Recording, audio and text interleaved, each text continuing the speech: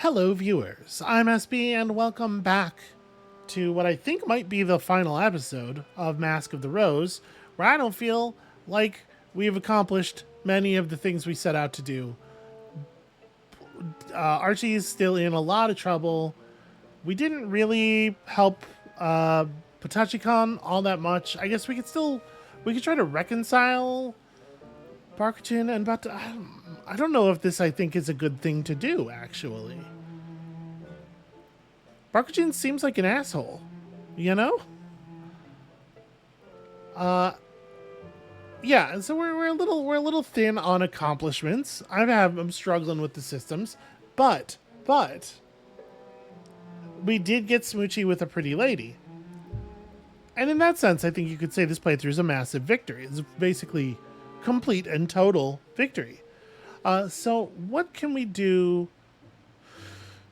What can we do with our last sort of day here? We can still pursue some kind of story that we could report to Harjit. The thing is, I just don't know. I got myself tied up in Phoebe's whole deal, and I don't want to do anything that would implicate her or Ivy. And I think, to a certain extent, I've just sort of like chosen them over Archie, even though Phoebe's close enough, and she has access, and it does seem like it might it might have been Phoebe. I think if it was Phoebe, it was Phoebe by accident. But yeah, we just have nothing. We can't build, I think, any kind of meaningful. See, this says ready to hand in. Didn't we try to hand in the current version of the story? We did, and I believe Harjit basically told us to go screw because there's no way to prove that. What does ready to hand in even mean in this place?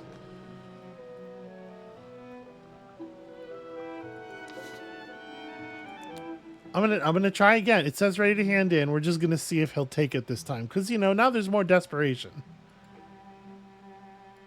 and and we aren't actually spending any time if we're wrong.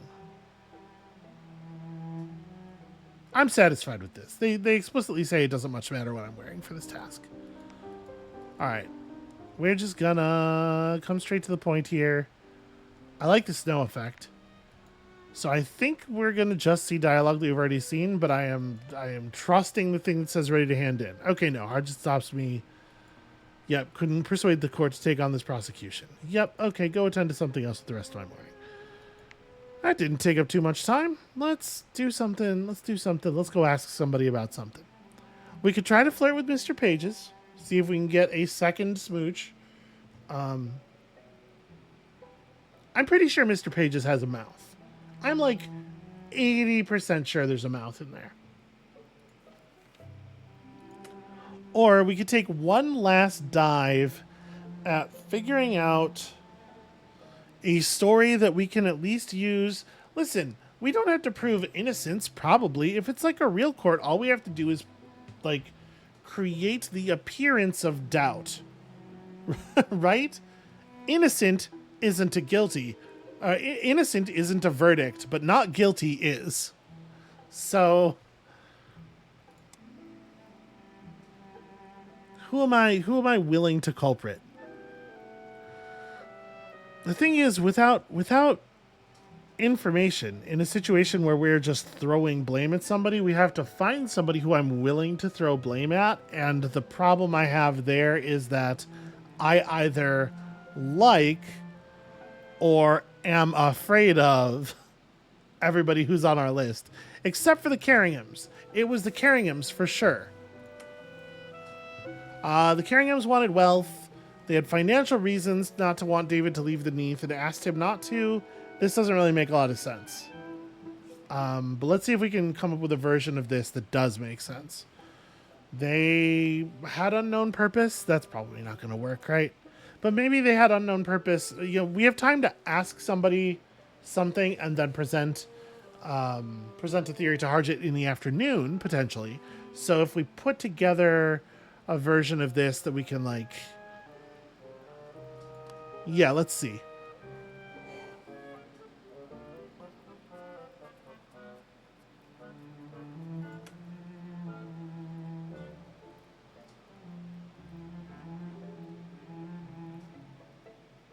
The Carringhams sent adulterous letters. I was kind of curious how it would affect the text over here, and the answer is it didn't. It just didn't put anything in there. What if it is about the inheritance? What if it turns out that one of them is related to David in some distant way?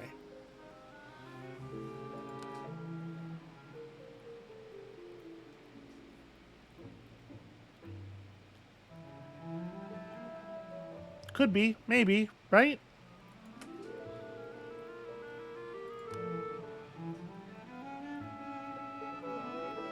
The Carringhams told of inheritance. It's interesting how like the action just doesn't appear.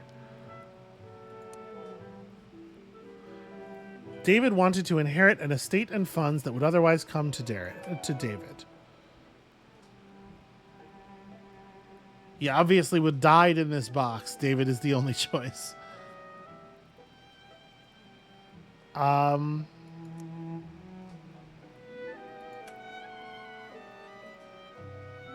I can't really think of a story that works for them though, right? There's the embarrassment about the affair and stuff, but we're like the game, despite the fact that we have heard this story like basically in its entirety from Ivy, the game simply will not let us put in the motives that make sense that are related to what was going on between the Carringhams and David. I guess disliked David is something, you know. So Carringham's complained to David about the painful end of their affair. That's not really confided about affair. Still doesn't really do what it says on the tin. And they hoped to end their humiliation. It probably doesn't have anything to do with the inheritance.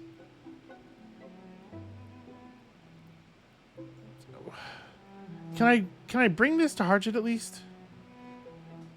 Does this work? I just want him to arrest somebody else. Hey Harjit, how about this one? What do you think of this one, pal?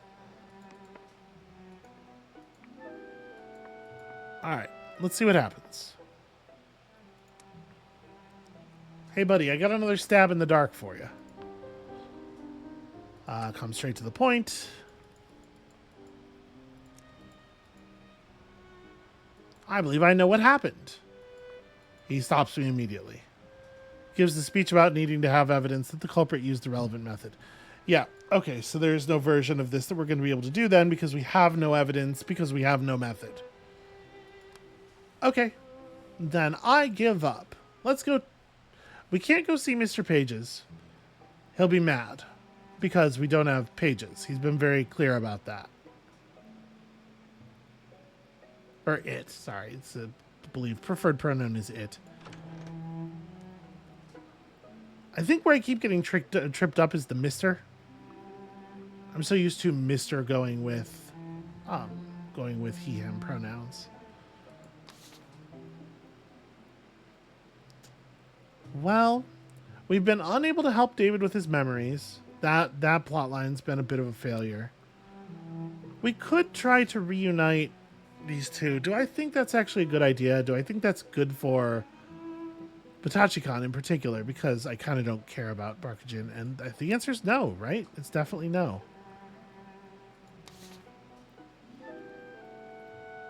You know, maybe Ivy knows something about banishing David's memories.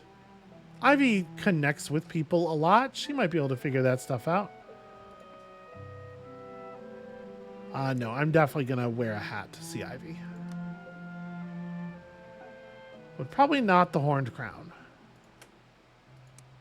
I still don't even have anything for my face. I think we're just going to go down to Ivy's in our general social getup.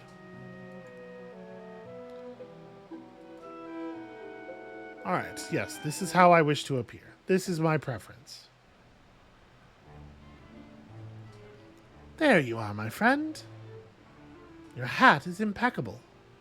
That's true, it is. Good eye. Alright, let's see. You say you have a way to remove a memory. I didn't remember her saying that. Well, I know how it's done. David Landau needs a memory out. Bully for him. I'm not a dentist. Oh, come on. I'll owe you one? This is me asking, Ivy. I don't want people saying I do favors. What a scandal that would be. Well, I'll keep it to myself then. Ivy hesitates between two disagreeable prospects. Well, friendship has a claim on me. Don't tell anyone, but I'll help.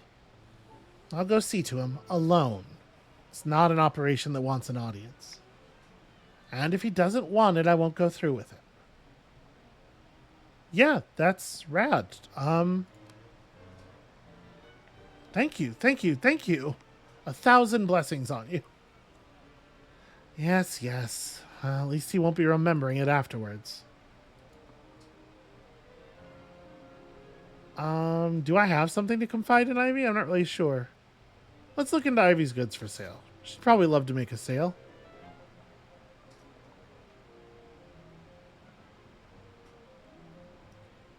None of this stuff. I guess, her collection contains many things of this sort that could be fitted to you.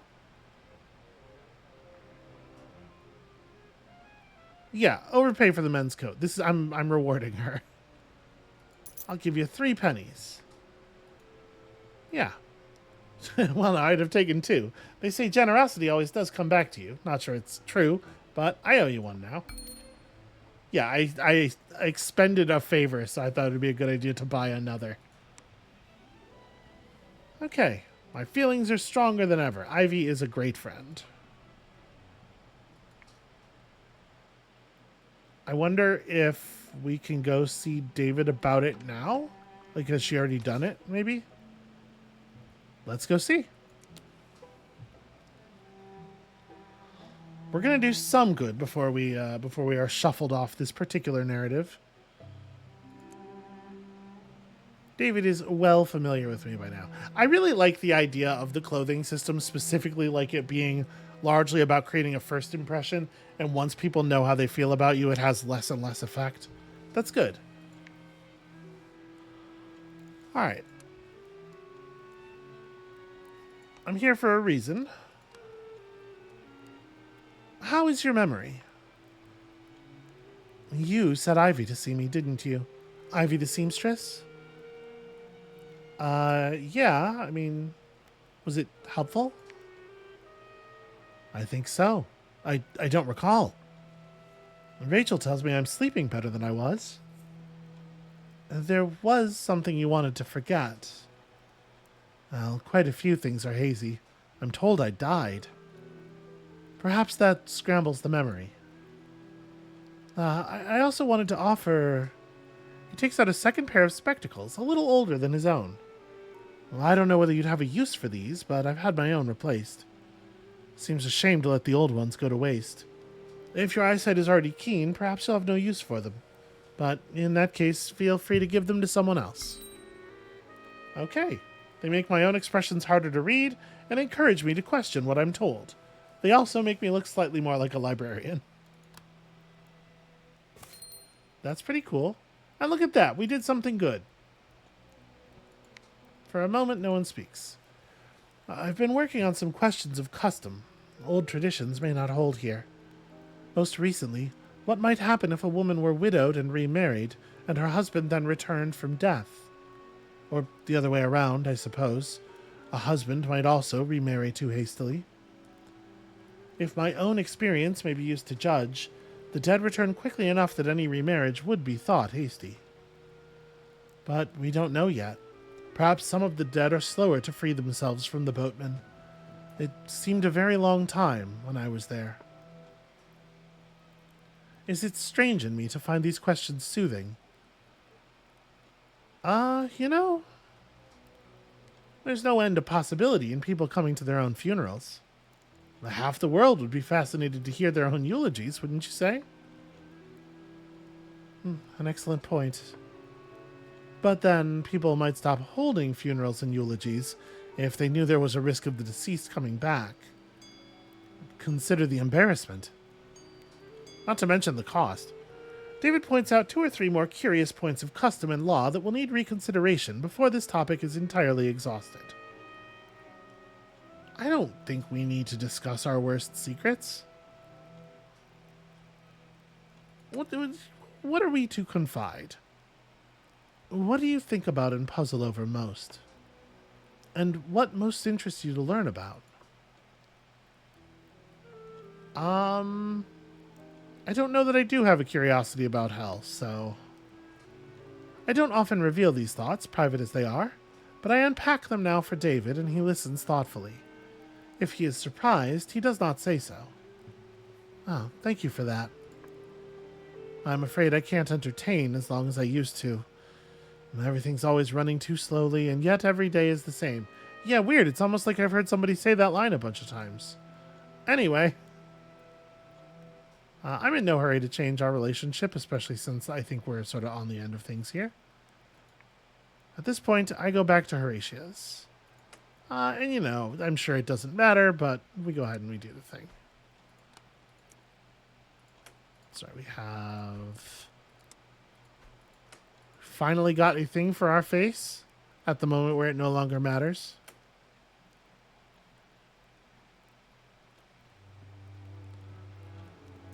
I cannot come along to the trial.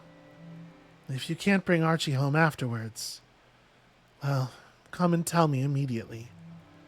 I want to send him something in prison for his last meal, if it is his last meal. I don't think they're going to execute him, at least not permanently. I guess let's eat. I'll need strength for the morning. Dinner is a very quiet affair from there. Yeah, so I would have needed some evidence. I would have needed to uncover something really solid, it seems like. And that seems to me to be the one thing that we cannot do. Like, we can bandy about speculation, we can ask questions, but I don't know how we would ever have found evidence of a murder, like a murder weapon or a methodology, because we don't have any ability to investigate things in any way other than talking to people.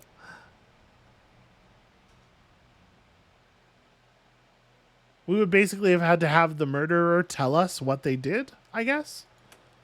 All right, what am I wearing to court? I'm going to have a commanding presence in court. And I'm going to...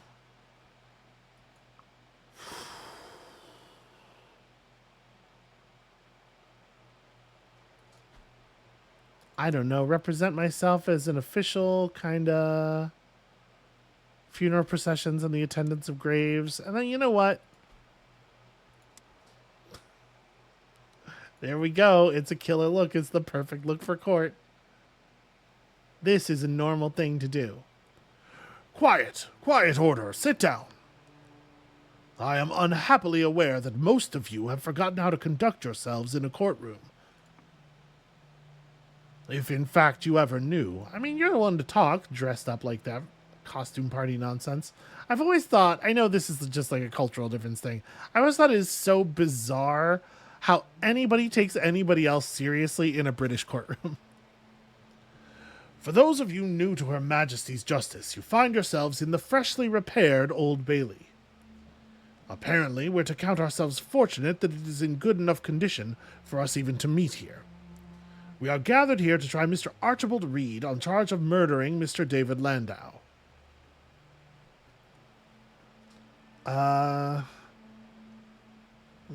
Let us consider the mood of the jury. The jury looks, just at the moment, inclined toward prosecution. We also find ourselves able to welcome the murder victim among us. He is unusually hale for one in his position. Mr. Landau, if you would. We will rely on him for evidence and to lend a certain moral tone to the proceedings. I have often found that a murder trial devolves into chaos and a carnival atmosphere. But I am certain that all that was formerly lacking was the presence of the victim. Mr. Landau, if you could look a bit more martyred, that would be ideal. We must now turn matters over to our prosecuting barrister. David looks as though it is a social embarrassment to be found alive after his murder. The barrister makes David recount the tale of his death. So far, it's much as I've heard before, laying out the question of opportunities and visits to the deceased's bedchamber. I'm going to pay close attention. If I can interrupt dramatically, this information's probably going to be important. The critical question appears to be, Mr. Landau, who had the opportunity to poison you? You were ill and were alone most of the day before you died. I was. But you saw a few people. Well, my housekeeper, Phoebe Riley, came to see to the candles, and Mr. Reed, who was attending me as a doctor. Mr. Reed came and gave me a dose of medicine. Was it the first time Mr. Reed attended you? No, he'd been treating me for some days. But you had not recovered. Not entirely, but his treatments had reduced my pain. I am not going to heckle David. This hat is a danger. And it doesn't feel to me like this is a time for me to interject. I keep still as before. And those were the only people who entered your room? Yes. My sister was in the house, though I think she did not come into the room. I sometimes could hear voices outside. I believe her friend Mr. Milton was present that day, and perhaps also her dressmaker, Ivy Fitzclarret. And none of them sent you messages, gifts, or food, perhaps carried to you by your housekeeper? No. It wouldn't be very likely. I was not on visiting terms with Mr. Milton or the formidable Fitzclarret. Thank you, Mr. Landau. Mr. Reed, please tell us about the treatment you were providing to the victim. Prior to the victim's death, I'd been attending him for several days. Yeah, let's pay attention here, too. He had a nervous stomach, and I did not have any of the cures that's most used below. So then you concocted your own remedy, is that correct? Aye. Are you trained as a pharmacist? Partially. She teleports forward. Do you have a license? Nay. Were you preparing a medicine according to standard and approved recipes? Well, it's a very old recipe. But not one used now. Nay. Moreover, the ingredients are exotic and might best be described as peculiar. Well, it's got peppercorns and cinnamon in it. And snake venom, and earthworm oil, and a great deal else. I've seen the ingredient list of your theriac, Mr. Reed. Well, what's in that? It's what I could do, and there isn't much else to work with here. I do not think that this is a good time to applaud. There's no way this could affect things positively, right? Standing up and applauding. The judge is just going to yell at us, and yeah. I do not stir in my seat. The others in the room share the same solemn excitement. So you now say. Thank you, Mr. Reed. That is all.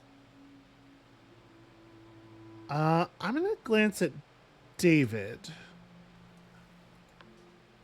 David looks relaxed, almost relieved.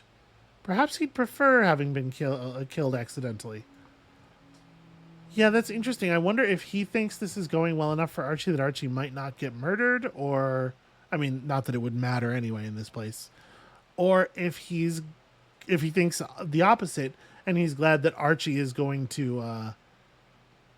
if he feels like, things are going badly for Archie, and he's glad Archie will be prosecuted. We have heard the arguments of the prosecution. We will now hear from the defense. I wish to speak for the defense, if I may.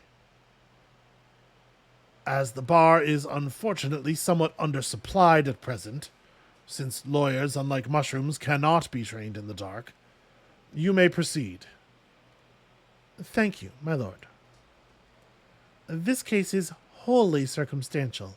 The prosecution has done nothing to prove that Archie Reed had any reason to kill. I now call David Landau back to the stand. I mean, I think this is dead on, right? Like, all we have is, well, maybe he was the one who had the most access, and that's not that I necessarily think courts are evidence based, but there really isn't anything, right? Mr. Landau, did you and Mr. Reed quarrel? No, not at all. While he was treating you, did he say or do anything that led you to believe he disliked you? No. Did he evince any emotion akin to dislike? Envy, perhaps? A desire to own your household goods? Dislike of your family life? No. You did not, I suppose, lead him to expect anything in your will? Well, naturally not. That is, if he formed a hope like that, it would have been entirely his own imagination. And if you had remained alive, you would have continued to use his services and to pay him. Yes, at least until I returned to the surface. I had formed that intention at the time. Yeah, I think that whatever's going on here, it has to do with him heading back to the surface. That's what I think, but I don't know how to make anything concrete out of it. Certainly not with the tools we have here. I'm going to show support to Grizz. I nod to Grizz encouragingly. This is the part where I would have like jumped up in my seat and, whistled loudly, and this is how we support our friends, damn it. And what would have happened to Mr. Reed when you went back to the surface? Nothing. Well, nothing unless he wanted to come above with us. I told him I intended to put together a commercial shipping connection to the surface. So, in fact, if you remained alive, Mr. Reed had reason to think that you would grant the fondest wish of his heart. Well, I suppose so. Oh, maybe that's an angle I didn't really think of until now. But, like, what if someone was worried what if someone was worried that Archie would go back to the surface with David and they didn't want Archie leaving? It wasn't about David leaving at all. But I don't know anyone like that. I don't know anyone who would have such a motive, I don't think. Unless Horatia is really that determined to maintain the household. And from your death, he could expect no positive outcome whatever. Well, so I assume. Yeah, how's the jury taking this? The jury looks, just at the moment, inclined toward the prosecution. Damn it. How? The prosecution hasn't made a case yet. Thank you, Mr. Landau. Members of the jury, you have heard the argument. An extraordinary argument, but an argument nonetheless. Hi, Grizz, how you doing? And now you must make a judgment. Was a murder done here? Was it only an accident? Or has the prosecution entirely failed to make its case? If you cannot convict beyond a reasonable doubt, then you must not convict at all. It is a very long time before they come back. An agonizing time. Yeah, and of course we wait. What else am I going to do? Finally, the court returns. Finally, they return, and they declare a verdict of guilty of murder. I would love to hear some reasoning on that. Archibald Reed, it is now my duty to sentence you. You have been found guilty of murder, a crime that carries the punishment of death by hanging. That seems like it's going to be very unpleasant. It has been put to me that I should consider the survival of your victim as a mitigation and regard your act instead in light of an assault. I do not, however, accept this argument. Archibald Reed, you are sentenced to hang by the neck until dead. Once this sentence has been performed, your life thereafter is your own.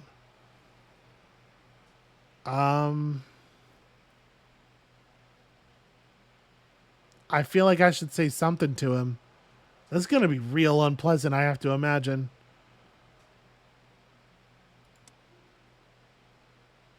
In a way, it's better than imprisonment. A sentence you'd have to serve a while. This way, you die and then you have it over with. Once I've died, that's an end to it. I can't go home. Is that a thing we know? It might be a thing he knows. What do you mean by that? Well, I've asked everyone I can about death and the Neath. Half of it's nonsense, the other half I can't understand. Some is no more than a fairy story brought down from above. You can't go to heaven if you have no face. You can die 3 times or 9 or however many times you please. There's a college of old men who prevent anyone living to more than 1,000. The Queen of Fae has red dust on her eyes and counts out the souls she wants to keep. But the thing they say oftenest is this. The sun hates the dead. If you've passed away even once, you can't go back above. So I might return here after the execution, but I'll never dare try to go home. No use going if I wouldn't get there. That is grim. That is sad. It's a different kind of sad story than it seemed at first. I cannot believe it. I took them through the evidence, the motivations. I demonstrated that Archie had no reason to commit a murder. It was all in good form, too, or as close as I could make it. I read the transcription of several previous trials that ended in acquittal. Hours and hours of research to put that defense together. Practice before the mirror, practice in front of Horatia, practice with an audience of very insulting bats. You may have noticed that I coiffed my hair with particular care. No, I can't say that I did. Well, I did. Every detail attended to. Was the jury deaf? Were they asleep? Were they just agog to hang someone, and devil may care if he's guilty or not? No, I'm outraged too. This is bullshit. It was rather disappointing. No, that's not outrage. It's not what outrage means. I am going to write a sternly worded memo. By the time Archie returns from the dead, I intend to have entirely overhauled our system of courts. If I have to go through Mr. Fires and Mr. Stones and half of hell to do it. Archie is hanged in the morning. Once, the hangman would have dispatched him quietly inside of Newgate Prison.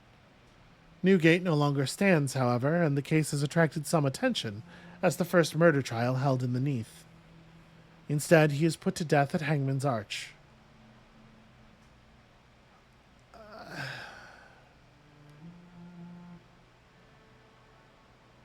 What would we do?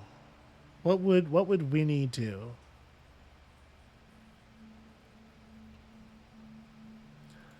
I think it feels like the sort of supportive thing to do, to go myself. The streets have changed, and the name has changed. Even to reach the place of execution, I need guidance from Harjit. But the city remembers. This was Tyburn. Tyburn Tree, where highwaymen and murderers have died. Traitors, coiners, and martyrs to the Catholic faith. Archie is the first to die in this place, in this way, since London fell. We buy the law at a heavy price. I do not. Life is quieter after the trial, at least for a time. I can't believe I don't have the ability to argue with him about that. Christmas Day comes and goes. Pale flakes fall across London. They aren't exactly snow. Grizz's work at the ministry becomes more intense, more demanding. And soon we are coming up on the 1-year anniversary of the fall. 1 year since February. Doesn't feel right to call this month February again.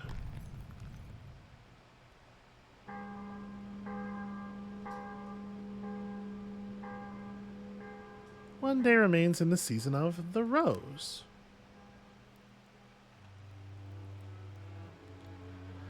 Well, we're near on a year since the fall. And whatever may have been, we're not going back to the surface.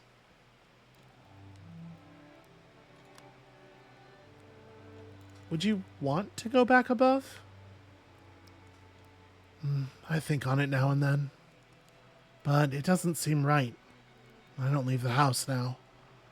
Where would I go if we were back up there under the sun? Have you seen the decorations going up around the city? I can only see a little from my window. And that's as close as she comes these days to speaking of the outside. The city is decorated for a feast of lovers and romance.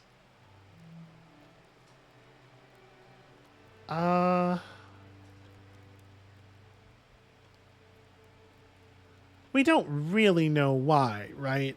I guess I just sort of assumed it was kind of an agoraphobia. You know what? You could go out and look. It might be good for you. No. How long has it been since you've put a foot out of doors? Oh, there's no good that would come of me going out. The house needs me, and the streets don't. Come on, we're close, right? I'm here if you want to talk on it. I just don't trust you. Really? After all that? We each have to bear what we have to bear down here. And there's some things that don't get easier for being shared. Well, I mean, that's certainly true.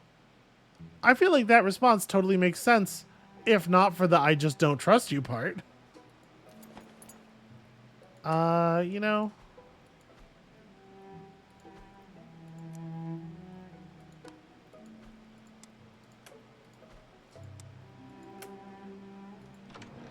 I don't even need these glasses. Okay, so there's a feast at the South Bank. Well, I suppose we should probably, get a mask, because it is the title of the game. The Feast of the Rose is upon us, and there are certain sartorial requirements. Get your feast mask here, a gift from the exceptional Rose. Or a choice of them, in fact. And if you've a score to settle with anyone, I can help you with that too, for a small consideration. Something rotten to an individual you don't fancy. I do not think we need a scorn gift. Maybe. I'm like thinking, who would we give it to? The judge? Tell you what, the more delicate mask. A mask for the Feast of the Rose, suitable for meeting friends, knitting matches, and pursuing deeper connections. Does that suit you then? I think so. It suits me, but I don't understand what it's for. Oh, you'll be needing it for the festival that's coming. Let's ask her about the rose. The exceptional rose? It grows from the winter ground. There's a fierce little face in the center of it, though. Huh.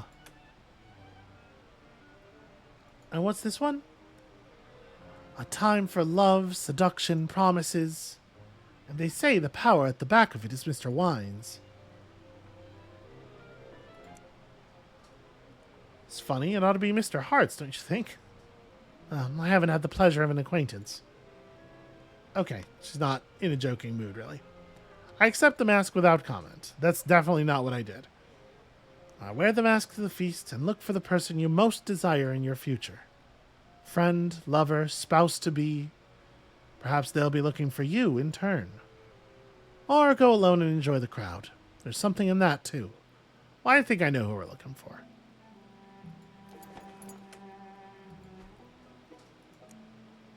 I mean, that's a look. Attend the feast and look for... I was gonna go for Rachel. We did already have a connection with Rachel. I feel like the Mr. Pages thing is mostly like for the novelty of it. Yeah.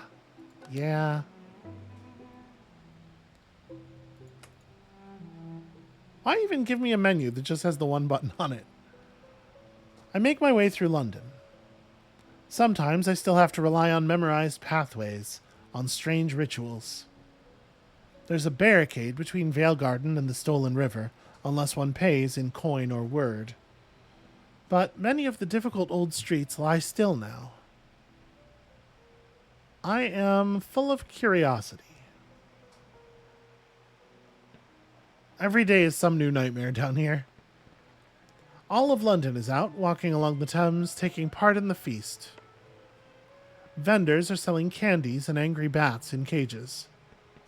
The festival goers are enjoying themselves, but now and then I'll hear one trying to guess what the feast is truly for. Can't trust the masters entirely, can you? I don't see Rachel at first. I do see other faces in the crowd, though. Others I could stop and speak with before I go on, if I choose. How's Patachikon doing? Patachikon waves his tentacles and emits a plunge and honk. He is pleased to see me. Further burbles ensue, a great string. They signify the many setbacks his shop has endured recently. Smashed windows, lack of custom, unscrupulous workmen. Yet, despite this, the challenge seems to be taken with equanimity, even enjoyment. He makes a languid sequence of warbles. It indicates that he is grateful for my assistance. Okay, so I mean, in the end, he did get... Yeah, that's something. Further burbles ensued, a great gurgle of them. They seem to signify that other rubbery men have been emerging from the warrens, that he is securing a place for them in London. An anguished honk follows. It is a difficult process. There have been obstacles. A final low whistle. He reluctantly acknowledges that I may have been right. Well, that's perhaps the grimmest news anyone's ever given me. I hope things improve soon. A determined warble follows. Patachikon has no doubt that they will. After all, he is in charge. He, and he alone. A series of halting honks introduce a difficult topic.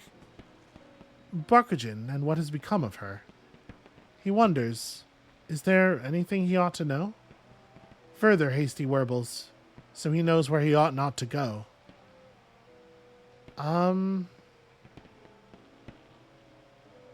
I don't even remember what the truth is. It's been a while since we've seen her, right?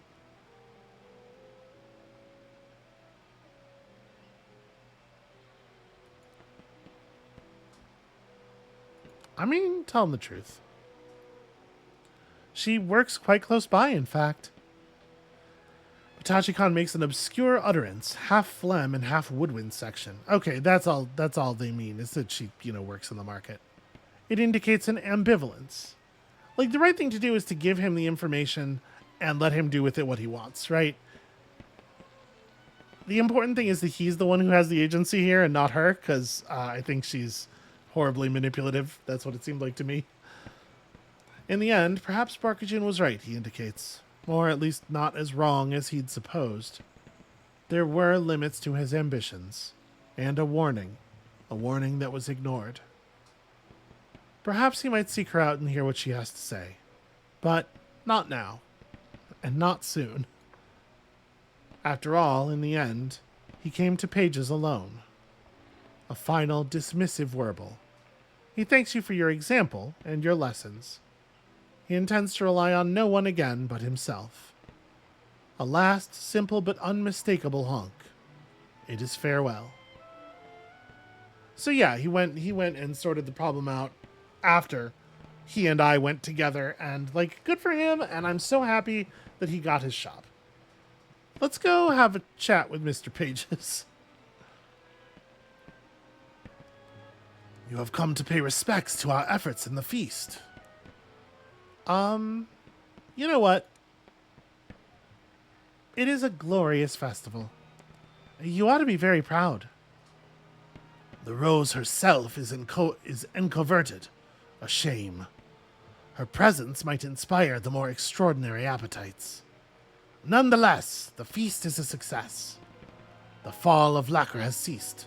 The snow is gone from the streets. We have more time for the gathering of stories. And those who have been my enemies among the masters, they have drawn back. Huh. And then he's just gone, like Batman. Let's have a chat with Grizz. Wow, that's a look. I approach Grizz where she's standing to one side of the festivities. How does all of your hair fit in there? We won't be at Mrs. Chapman's forever. You'll leave, or I will. Will we still be friends when we don't have to face one another over a bowl of stewed cremini and a handful of dried horseflesh? Well, I admit it's a powerful bonding agent. All the components of glue, I believe. You know what I'm asking. And I am taking my time because I don't know the answer. How long will we live down here? Are we immortal? I'm not unsentimental, but can I promise to be devotedly the closest of your friends when some centuries have passed? I mean, you know, it's a fair point. We'll be friends, mademoiselle, until we're not. But that will do for me. Yeah, that's absolutely fair.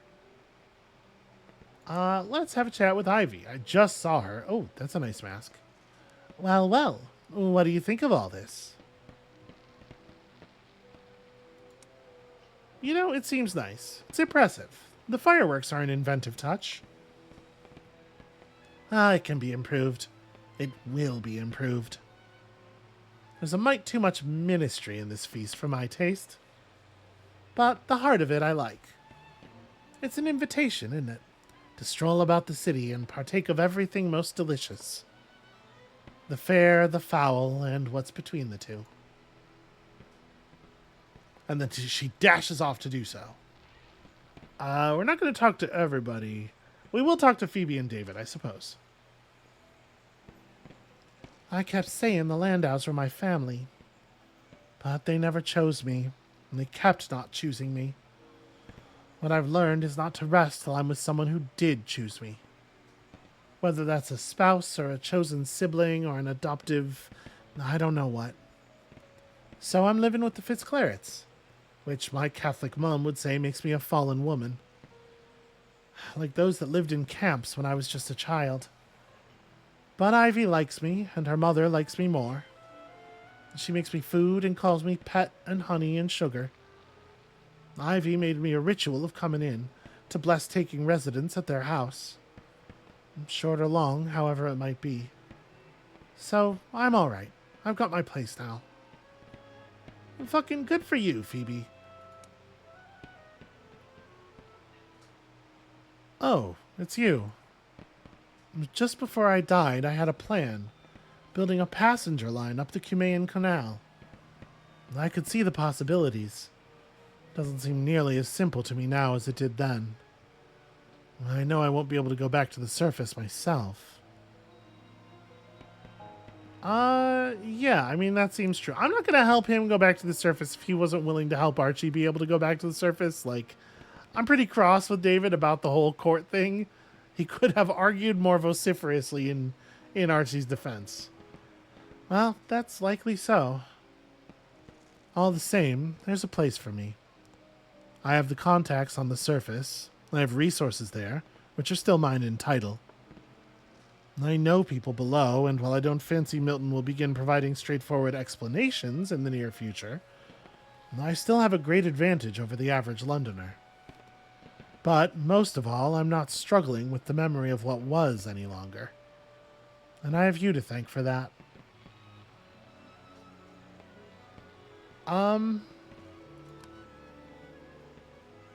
You could help people, turn your wealth to charitable aims.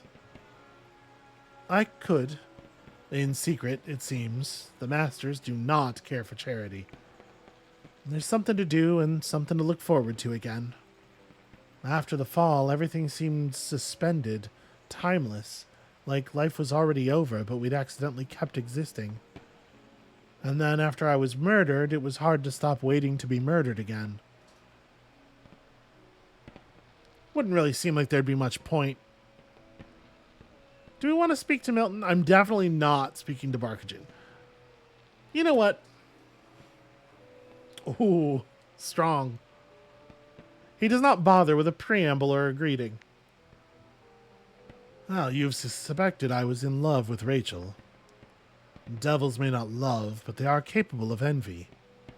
And Rachel is, whatever else, an enviable citadel. Oh? She knows when she is given offense. She knows when she should protect herself. She knows herself as a territory, and she looks out from inside her walls at all the things she admires or despises. She knows where those end and where she begins. Huh. I wait. I have no end of will.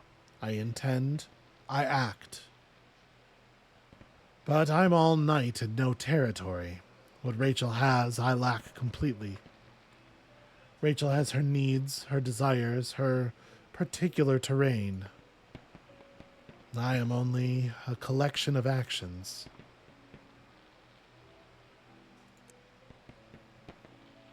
Did you find an explanation for this state? For a time I blamed the masters.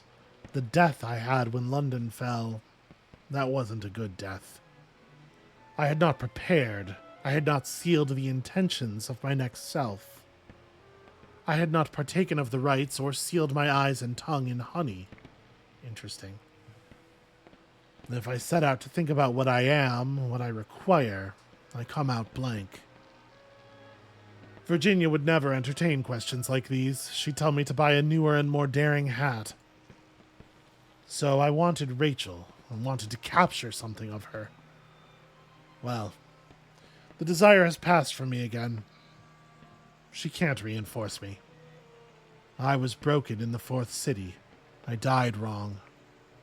To die again, and in the process retrieve what was lost. Who knows? Perhaps I would emerge more like Virginia. Okay, that's enough. Rachel. Before I speak with Rachel again, I want to reveal my love for Rachel. So far we've kissed. You know, why not go for it? I can write now. I don't need Milton talking me through a difficult character. What I do now is more difficult than it was on the surface. But it's better work, too. Yeah. I wanted to be a help with that. It's not something that was given to me by anyone else. But you helped as much as anyone has. Bringing me stories that showed what it means to live in the Neath. I didn't have that before. I didn't know how to ask the right questions. If you want to take on a lady who writes, probably more and more scandalous stories.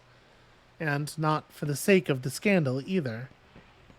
Do you think you could tolerate it?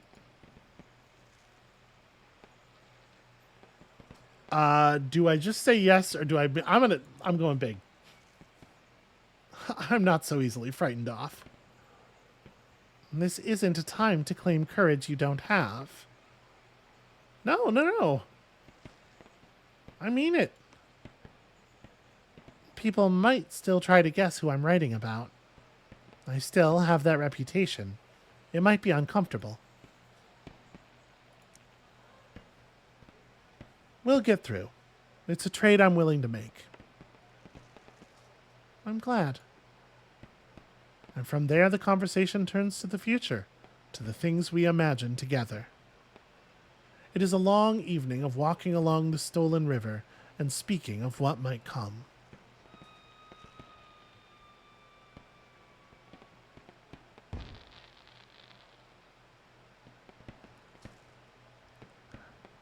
So I feel bad about Archie having to go through the thing that Archie went through.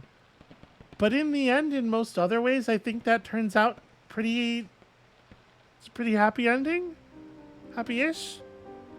From time to time, I see David passing in the street. London's courts struggle with laws that no longer suit their purpose. The law of murder is only the first of many snags. Inheritance is complicated. probate becomes a nonsense. Contracts written before the fall contain conditions and requirements that can never be fulfilled. Sometimes the laws are amended, sometimes the judges are corrupted. The Neath defies a strict application of rules. My future does not concern Archie is a strange... Huh. You know, Harjit sets aside the uniform of constable. He rents his services as a guard, guide, and escort through the city.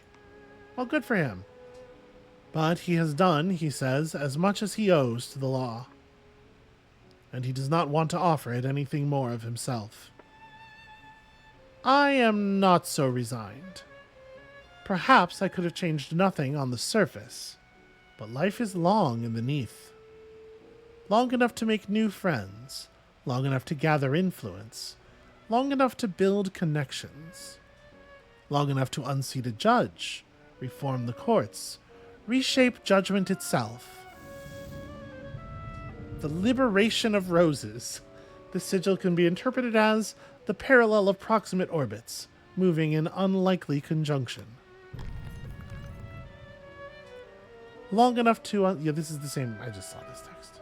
So these are the other sort of like achievements that I had unlocked. There's a screen on the main menu where you can see that. All the possible beginnings of this story are open to you now. Start again, and you may find a very different ending to record on the flank of the bazaar. Sure, maybe. See, I think there's an interesting thing going on here where, like, the way the systems of this game work, I really think it behooves you to play through it more than once if you want to get a particular outcome, because it takes a little while to grasp with the unintuitive nature of the way that the story building system treats some of its verbs and nouns, and also it's just very difficult to find the interactions that unlock the kinds of words you need to make good stories, to make the stories that matter. And so when it was a very short game, that made a lot of sense to me. I was like, yeah, of course they made it like that so you can do it more than once. And pretty much my understanding is generally people replay visual novels to get the, to get the interactions, to see the things they didn't see. But then, in response to people complaining about having difficulty grasping the systems, they went and they just doubled the length of the game. And I think by doing that, they actually made it kind of harder to engage with, because now playing it a second time is, it's a greater undertaking, and it's something that I'm like, I don't know that I want to play through this again soon, because it is more. It's a more substantial thing. I don't know. I don't know what the right thing to do would be. Obviously, like there were a lot of people who were cross, but I don't necessarily, I don't know. The people in the audience who aren't game designers are, in my opinion, somewhat unlikely to know what the right fix to a problem would be.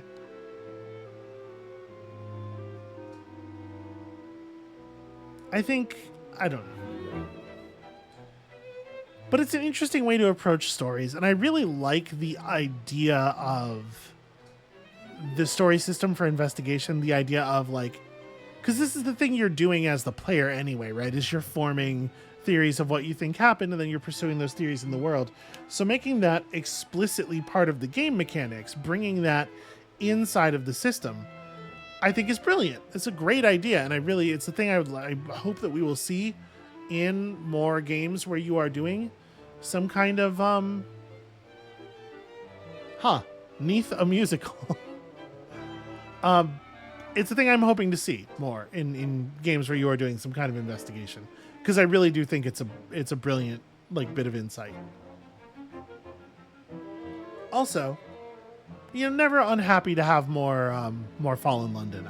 The setting is, I just find it very delightful. Although I have to admit, I find the sort of like Sunless Skies version of it a little bit more. I like some of the concepts that are introduced that late in the timeline. Hopefully we'll see more stuff on that scale as well come from the studio. Overall, just kind of generally looking forward to more Failbetter stuff. So like I said, I think it is a game that does beg more plays. It does beg multiple playthroughs and stuff. We're not going to do that here, but I did want to make sure that we got through this one at least, and things got a little wild with the schedule because my personal schedule gets like that sometimes. I'm pleased we saw this through to what turns out to be, honestly, a pretty satisfying ending, I think. Poor Archie. I really do wish there was more text in the ending about Archie, but I guess the idea is it has taken him longer to wake back up than... Well, how long did it take David? It wasn't 2 months, certainly. Yeah, I don't know. The assumption is Archie is not back yet, I guess. Anyway, I do want to know what happened to him. You know, I do want to know what he sort of like made of the whole situation. Anyway, that's going to be it for us for today and for Mask of the Rose. Thank you so much for riding along with me. Like I said, I'm always eager to see a thing from Failbetter, even in the cases where I think the systems don't necessarily work the way you might like, where things don't necessarily hang together. This thing is full of good ideas. This thing is full of interesting approaches to game problems, and I'm really glad that we took the time to check it out. Come back next time tomorrow for more stuff, new stuff, and we'll see you then.